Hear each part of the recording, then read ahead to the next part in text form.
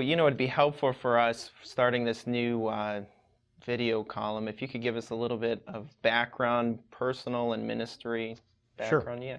Yeah. Back in 1969, I was an 8-year-old boy, and my family came to visit Inner City Baptist Church. They actually had heard about the Christian school, and were going to put my older sister in the school because of some of the stuff that was happening in the school districts at that point with forced integration. And the city we lived in, the schools were in really bad shape. So what city was it? Dearborn Heights. Okay. So they decided to check into the school, then heard about the church, and our family was a good family. I mean, my parents were great parents, but we weren't a church-going family at all. So we all began to attend the church and heard the gospel and all trusted Christ and were baptized together in the church. So basically, I've spent my whole life virtually in the church that I currently serve as the pastor, except for a short period of time as an assistant pastor on the other side of the city. So you grew up in this church your Right. entire life. So what was it like then becoming pastor, not only of an established church, but one that, in fact, you'd grown up in Right. and been at your entire life? Yeah. My predecessor, Dr. Rice, and your pastor, I think probably when you were a preschooler, had been the pastor for 40 years and was coming up to the place of retirement.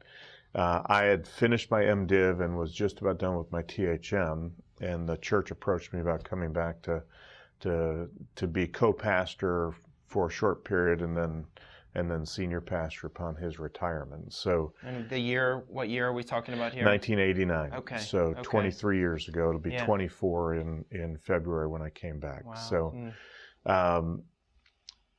he had been the pastor for 40 years. I was actually 27 at the time. So it really was a significant change, a man who had pastored for 40 years and then this young kid becoming the pastor. But the Lord clearly seems to have been in it since I've been here for all this time. And coming back to the church was, I had people tell me it was not a good move. I remember one guy telling me that the man who follows somebody who's had a long pastorate usually gets crushed. Oh, thank you very much.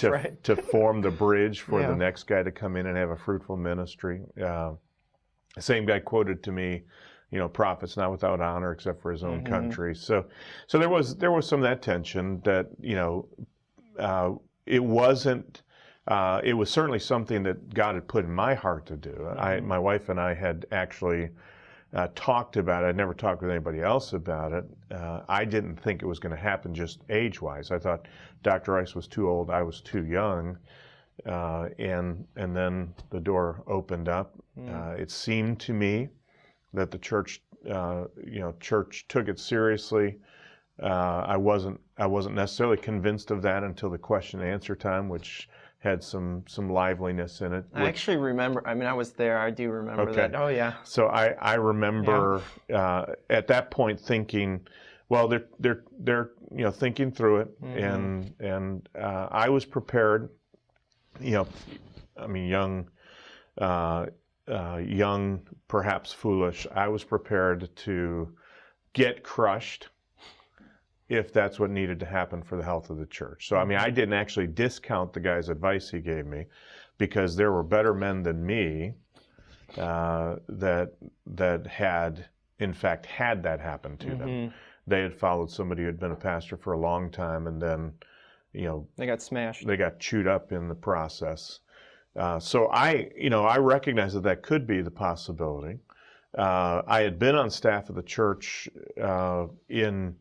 I came on staff actually in the church to work with young people in '83.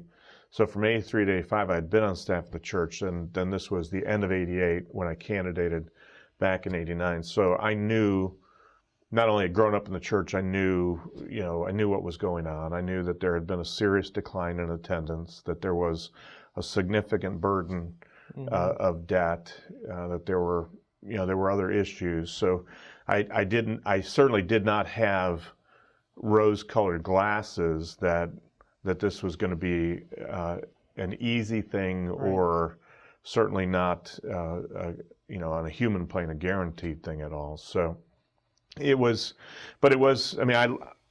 I mean, this was the church God used to bring me to faith in Christ. Mm-hmm. I had grown up in it. God had used it in my life enormously. So, I was, my wife and I were young. I mean, we had two kids at the time. David was just turning 2, and my second son, Daniel, was only 4 or 5 months old. So, I honestly really felt like if it didn't work out, there was still a lot of time left in ministry to rebound, and we were prepared to go for it. I mean, I didn't actually say that to anybody out loud, because the last thing you want to do is, tell people you think you're going to get killed. Right. You have an escape plan. Right. So it was, but we were prepared for that, and the Lord graciously didn't allow that to happen. It's been more of a slow crush than an immediate crush, which is the way life is in ministry. But it gave me a real burden. I mean, one of the things I always thought back in college I would plant a church. My heart was church planting desire, but that wasn't in God's plan for me.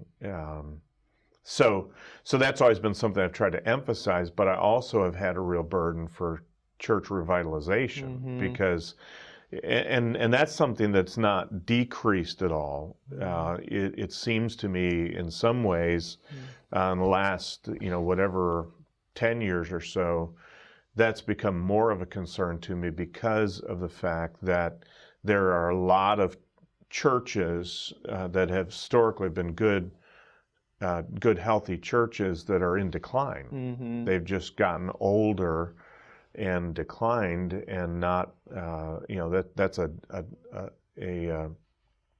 concerning thing. It's a concerning thing for the health of those churches, but also for the overall work of God. I mean, those churches that used to be strong missionary sending churches are having to peel back their budgets or not take on missionaries. And you see the younger generation coming up and wanting to go to the fields to take the gospel, and there's a decrease in the number of healthy churches in many ways, and that's a concern to me, that we need to have, by God's grace, see some of these churches revitalized, because the witness of Christ is necessary in the communities where they are, but also to the ends of the earth.